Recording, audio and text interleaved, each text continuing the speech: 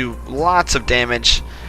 Creep spread this natural expansion, so this can't even mine anymore until you clear up these tumors. He's gonna have to get some kind of detector to take those out. I don't even think he has a Robo Bay up yet. Nope, just Twilight Council. I believe he...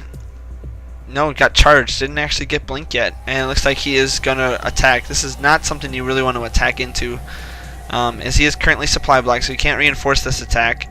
There is all these creeps still in his base, so basically these provide vision. He could just Nidus. I mean, with the 2 Stalkers there will help, but now that those Stalkers are retreating, he could easily Nidus this base and doesn't even need vision anymore, as he has those. And it looks like he is getting ready to take down those destructible rocks, even though the Spine Crawlers are doing lots of damage to those Speed Zealots.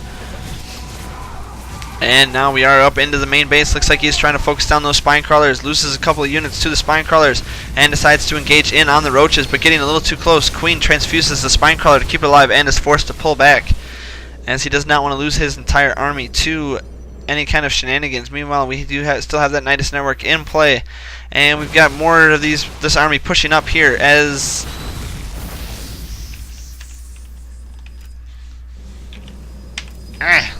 oh, my hotkeys messed up. Where's my hotkey? There it goes.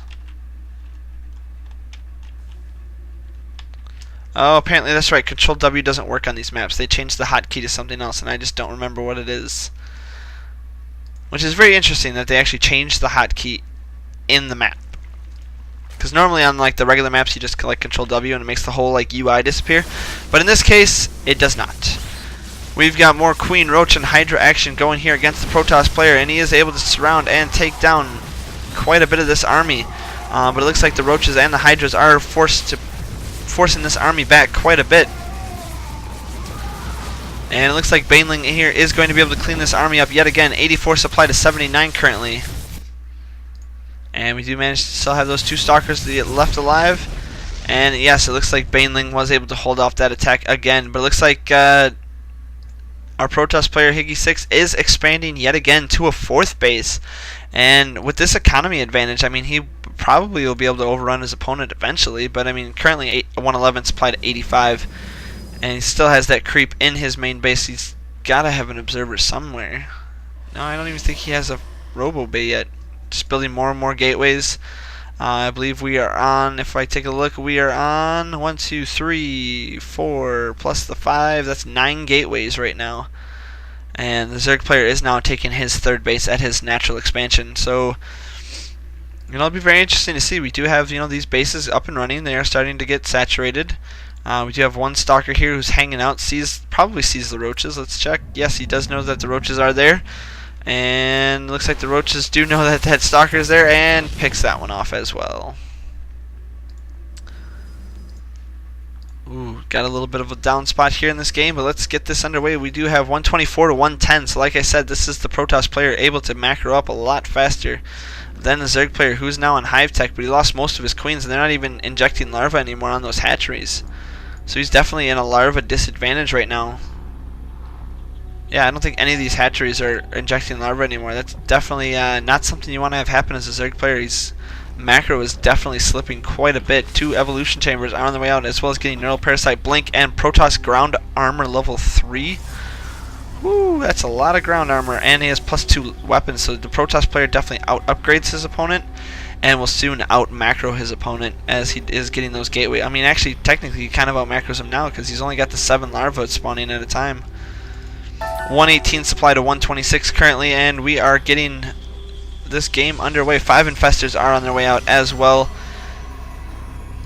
This base is now up and saturated, and wow, there's a lot of these only 1 gas geyser expansions. We got this one here, here. This one, yep, looks like we have 4, 5, 6, 8 1 gas expansions. 130 to 118 supply currently, and probe transfer is heading down to the 3rd. We do have another Nidus network here in the main base of the Protoss player, sending his entire army through again. Is going to snipe down that assimilator with very low health. Meanwhile, burrowing the Roaches just to kind of heal him up just a bit. And here comes the Protoss army, and they are going to engage the Zerg army on this ramp. Probably not the best place for the Zerg to engage, as he does have very limited range. Force fielding out the Zealots, which is a big blunder on Higgie's part. That's definitely not something you want to have happen. 9 more stalkers are morphing in. We do have the observer in there as well to get vision. Now those zealots are able to get in there and do maximum amount of damage. If you wanted to use force fields in that encounter, you should definitely split the army in half, not necessarily cut your zealots out of the picture, which is more transfuses going down here. And it looks like, yes, the Protoss player is going to be able to withstand this. I don't know, those transfuses are doing quite a bit. 109 to 76 supplies. Zealots morphing in now. Zerg player is on the full retreat. It looks like he is going to be forced back into that Nidus network. And yes, here comes... Oh, the observer is now there, so he can actually clean up these creep tumors. Might even be able to expand again. And he does, yes, manage to take down that Nidus network before it is too late. But he's still got to clean up one last creep tumor before he can actually think about expanding there. And yep, there he goes. Now he picks that off. Meanwhile, here we do have 3 base Zerg versus 4 base Protoss as he's expanding down here as well. And it looks like we do have a proxy pylon down here in the southern position. So it looks like he, with blink, he could blink right into the back door. Yeah, you should be able to go from here to here to here, no problem. Well, it's high ground, so you have to get sight or something. But it looks like he's just going for a flank attack or a 2-pronged attack against these giant destructible debris. Should be able to get that taken out. Meanwhile, we have a Stalker Zealot conga line heading towards the 3rd base, and there's nothing here to protect this base. We have just a few roaches and a few infestors now. Overseers are morphing in, as well as a lot of these Hydralisks. Queen's now beginning to inject down the larva again, so it looks like Baneling's macro is starting to kick in. Dark Shrine and Templar Archives are on their way as well. Zerg ground armor level 1 is being researched as well. We still have just the +3 armor for the Protoss player, which has definitely helped him win in a lot of these battles. That +3 armor is going to reduce the damage from all these Zerg units by 3, which is not something you really want to have. I mean, I guess against the Stalkers have 4 armor, so it reduces all the roach damage by 4. And it's definitely helping keep his army alive a lot longer as he's able to do a lot more damage here. Fungal growth going down on this army, but the infestors are staying way too close and starting to get attacked. Using that blink micro to get those units out of there. This infestor runs up, gets picked off. That infestor gets picked off as well. And this is definitely going to be GG here for a Zerg player, as he has no answer for this large Protoss ball that is just warping into his base.